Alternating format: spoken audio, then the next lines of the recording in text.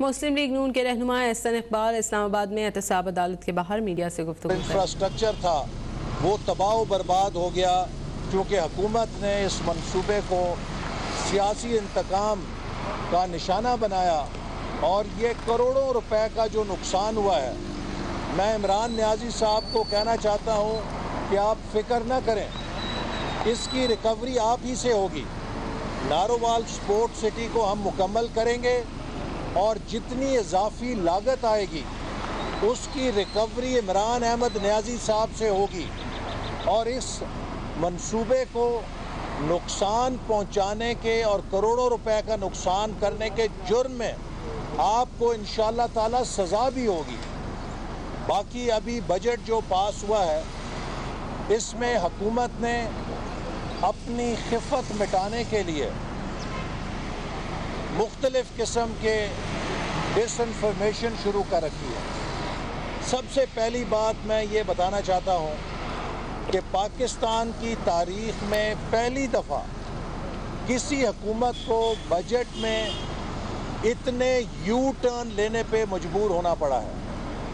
350 ارب کا ٹیکس جو حکومت عوام پہ مختلف ڈیوٹیوں کے ذریعے نافذ کرنے جا رہی تھی، اپوزیشن کی بھرپور مخالفت اور ان خامیوں کو اجاگر کرنے کی وجہ سے حکومت مجبور ہوئی کہ وہ ڈیوٹیاں واپس لے اور 350 ارب کا ریلیف پاکستان کے عوام اور پاکستان کے بزنس کو اپوزیشن کی مزاحمت کی وجہ سے ملا۔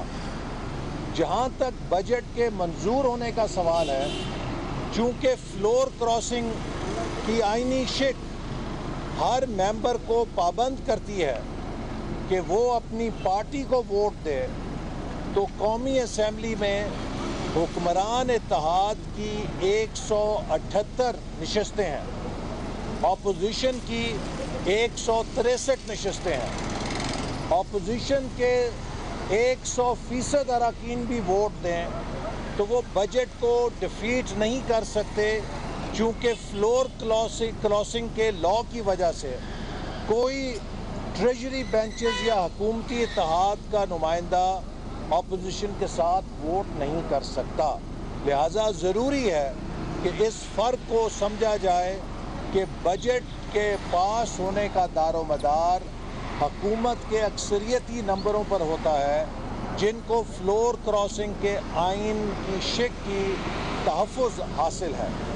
البتہ اپوزیشن کا یہ کام ہوتا ہے کہ وہ حکومت کی بجٹ کی خامیوں کو اجاگر کرے اور حکومت پہ دباؤ ڈالے کہ وہ عوام دشمن میجرز کو واپس لیں، اور اپوزیشن کے اور پی ایم ایل این کی بھرپور تقاریر اور ان بجٹ کے نقائص کو اجاگر کرنے کے بدولت یہ کامیابی حاصل ہوئی ہے کہ 350 ارب کے ٹیکس اقدامات جن کا بوجھ عوام پہ پڑنا تھا انہیں واپس لیا گیا ہے۔ لیکن اس کے ساتھ ساتھ ہم نے یہ بھی اسمبلی میں بتایا تھا کہ حکومت نے یہ بجٹ اصل بجٹ نہیں پیش کیا۔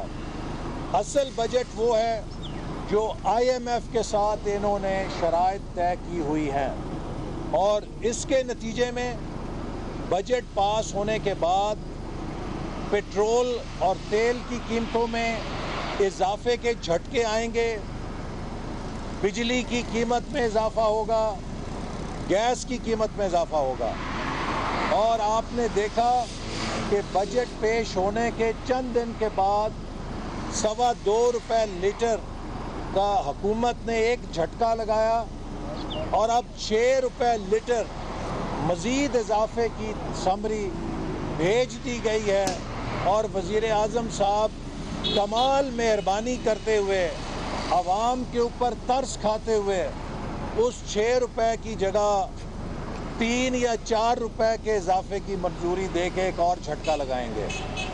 پاکستان میں جو مہنگائی ہے اس کی ایکویشن میں مہنگائی پیدا کرنے میں سب سے بڑا رول POL پرائسز کا اور یوٹیلیٹیز کا ہوتا ہے. یہ وہ کاسٹ پش فیکٹرز ہیں کہ جو افراط زر میں تیزی کے ساتھ اضافے کا ذریعہ بنتے ہیں. تو یہ حکومت اب سارا سال عوام کو بجلی اور پیٹرول اور ڈیزل کے قیمتوں میں اضافوں کے جھٹکوں سے مہنگائی کے تحفے دے گی. اسی لیے شاعر نے کہا کہ ہیں کواکب کچھ، نظر آتے ہیں کچھ، دیتے ہیں دھوکہ یہ بازی گھر کھلا. تو یہ بازی گھر بھی قوم کو ایک بار پھر دھوکہ دیں گے. بجٹ کے کواکب کچھ اور ہیں لیکن نظر کچھ اور آتے ہیں، اور اس میں یہ قوم مزید مہنگائی اور بے روزگاری کا شکار ہوگی. میں آج خاص طور پہ ایک مسئلے کو اجاگر کرنا چاہتا ہوں اور میڈیا سے بھی درخواست کروں گا کہ اس مسئلے کو اہمیت دیں. یہ پاکستان کے مستقبل کا مسئلہ ہے. اسلام آباد میں مسلم لیگ نون کے رہنما احسن اقبال احتساب عدالت کے باہر میڈیا سے گفتگو کر رہے تھے. ان کا کہنا تھا اسلام آباد میں رہنما مسلم لیگ نون احسن اقبال میڈیا سے گفتگو کر رہے ہیں کہ منصوبوں کو منظور ہونے میں رکاوٹ تھے، اور آج اس حکومت نے پاکستان کی تمام یونیورسٹیز کو بدترین مالی خسارے میں دھکیل دیا ہے. فاٹا کے جو پرانے فاٹا تھا، بلوچستان اور خیبر پختونخوا کے اسٹوڈنٹس کو جو مسلم لیگ نون کی حکومت نے اسکالرشپ دیے تھے انہیں بند کر دیا گیا ہے. ٹیکنالوجی کے جو ہم نے پروگرام شروع کیے تھے، انیشیٹو شروع کیے تھے، انہیں بند کر دیا گیا ہے. آج یونیورسٹیز میں جو ہم ایکسپینشن پروگرام چلا رہے تھے اسے کٹ کر کے ہر منصوبے کو سفید ہاتھی بنا دیا گیا ہے. چونکہ اس حکومت کا جو ڈیولپمنٹ بجٹ ہے 2021-22 میں، وہ آج بھی 2017-18 کے مقابلے میں کاغذوں میں بھی 100 ارب روپیہ کم ہے، اور آج کا 900 ارب روپے کا PSDP ہمارے 2017-18 کے 1000 ارب کے PSDP کے مقابلے میں 500 یا 600 ارب کی حیثیت رکھتا ہے.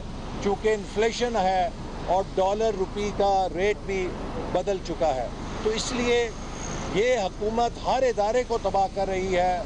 ڈیولپمنٹ سیکٹر کو تباہ کر دیا ہے، ہائر ایجوکیشن کو تباہ کر کے ہمارے نوجوانوں کا مستقبل تاریک کر دیا ہے.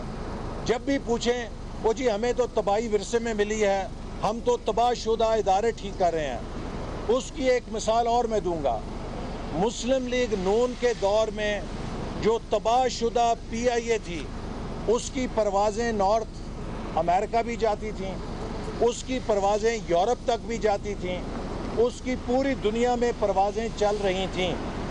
جو تباہ شدہ PIA تھی ہمارے دور کی، وہ پورے دنیا میں پرواز کرنے کے اجازت رکھتی تھی. اور PTI کے دور کی جو اصلاح شدہ PIA ہے، وہ سوائے مڈل ایسٹ کے یورپ بھی بند ہے، نارتھ امریکہ بھی بند ہے، اور اس کے جہاز اور اس کے پائلٹ اب صرف یہ کام کر رہے ہیں کہ ویکسین کی ڈوزیں چین سے لے کر آ رہے ہیں. PIA کے جہاز اب کارگو کا جہاز بن کے چل رہے ہیں. وہ پیسنجر روٹس کو نہیں فلائی کر سکتے چونکہ ان پہ پابندیاں لگی ہوئی ہیں. ہمارے پائلٹس جو ہیں وہ گراؤنڈ ہو گئے ہیں. دنیا کی ایئر لائن ہمارے پائلٹس کو ان کے لائسنسز کو تسلیم نہیں کر رہی، کیونکہ PTI کی حکومت نے ایوییشن سیکٹر میں بہت شاندار اصلاحات کی ہیں. یہ ایک تصویر ہے ان کی بحالی کی، ان کی ریپیئر کی اور ان کے کارناموں کی، کہ چلتے ہوئے ادارے تباہ کر دیے ہیں، چلتی ہوئی یونیورسٹیاں تباہ کر دی ہیں، چلتی ہوئی ایوییشن تباہ کر دی ہے، چلتی ہوئی ریلوے تباہ کر دی ہے، اور پھر کہتے ہیں جی ہمیں تو سب کچھ تباہ ملا تھا، ہم کیا کرتے. بھئی چوتھے سال بھی اگر آپ یہی رونا رو رہے ہیں تو مان لو کہ حکومت چلانا آپ کے بس کی بات نہیں ہے. وہ جو کاؤنسلر لیول کے لوگ تھے جو شاید کاؤنسلر کا الیکشن بھی نہ جیت سکتے, انہیں دھاندلی سے جتا کے اسمبلیوں میں بٹھا کے وزیر اور مشیر بنا دیا ہے. وہ پاکستان کی معیشت کا, گورننس کا بیڑا غرق کر رہے ہیں اور ملک کو تباہ کر رہے ہیں, اور سب تماشائی بن کے تماشا دیکھ رہے ہیں. لیکن ہم تماشائی نہیں بنیں گے اور ہم اپنی جد و جہد جاری رکھیں گے تاکہ اس حکومت سے نجات حاصل کریں. پی ڈی ایم 4 جولائی کو سوات سے اپنا عوامی رابطہ مہم کا آغاز کر رہی ہے. ہم ایک بار پھر عوام کی طاقت کو موبلائز کریں گے اور انشاءاللہ تعالی یہ حکومت جو عوام کا اعتماد کھو چکی ہے, جو خود کو بہت پاپولر سمجھتی ہے, ان کو آئینے میں شکل دیکھنا چاہیے کہ 10 ضمنی الیکشن لگاتار ہار چکی ہے اور انشاءاللہ تعالی سیالکوٹ میں ایک اور ضمنی الیکشن ہارنے جا رہی ہے.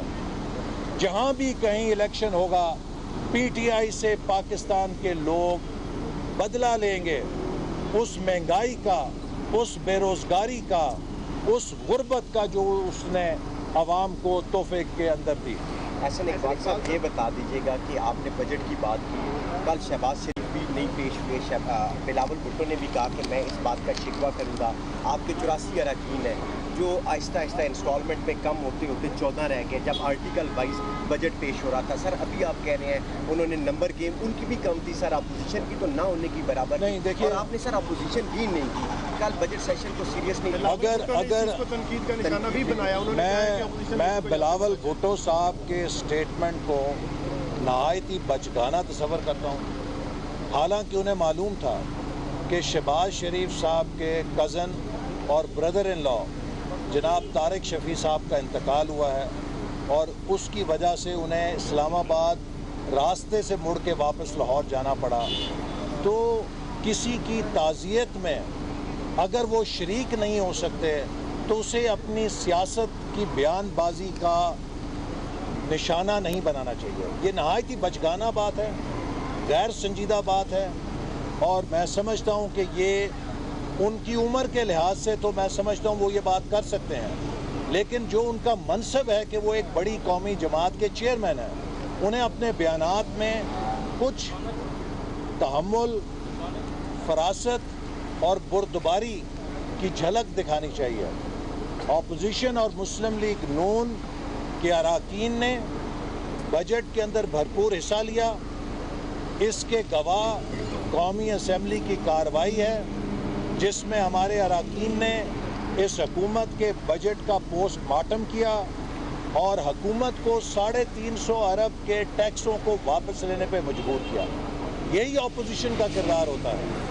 اپوزیشن کے پاس اگر عددی اکثریت نہیں ہے تو وہ بجٹ کو ڈیفیٹ نہیں کر سکتے, لیکن وہ اپوزیشن کے ذریعے, اپنی تقاریر کے ذریعے, اپنے کردار کے ذریعے حکومت کے عوام دشمن اقدامات کو ایکسپوز کر سکتے ہیں اور دباؤ پیدا کر سکتے ہیں کہ حکومت واپس لے, اور اس میں ہم کامیاب ہوئے. اقبال صاحب یہ بتا دیں کہ بجٹ منظور ہوا, ایسا تاثر دیا جا رہا ہے کہ نون لیگ فرینڈلی اپوزیشن بننے جا رہی ہے. بجٹ بنایا جس میں آپ کہتے ہیں میڈیا آواز اٹھائے, وزیر اعظم سے سخت سوالات پورا سینسر کر دیا جاتا ہے, تو کیا کہ ایسا تو نہیں ہے کہ نون لیگ فرینڈلی اپوزیشن بننے جا رہی ہے؟ نون لیگ کے اوپر جو لوگ کسی قسم کے فرینڈلی ہونے کا الزام دیتے ہیں وہ اپنا گریبان دیکھیں. پچھلے 3 سالوں میں مسلم لیگ نون کی قیادت نے اس حکومت کے جبر اور انتقام کا جو سامنا کیا ہے, کوئی اور جماعت اس کا 10واں حصہ بھی ریکارڈ پیش نہیں کر سکتی. اور یہ آج بھی مسلم لیگ نون کے اراکین اسمبلی کہیں اینٹی کرپشن, کہیں ایف آئی اے, کہیں نیب کی چیرہ دستیوں کا سامنا کر رہے ہیں. کیوں کر رہے ہیں؟ کہ حکومت کو مسلم لیگ نون سے تکلیف ہے. اگر ہم سے تکلیف نہ ہو تو ہمارے سے وہ کبھی بھی اس طرح کی سختیاں کرنے میں کوئی کام نہ کریں. تو یہ ہماری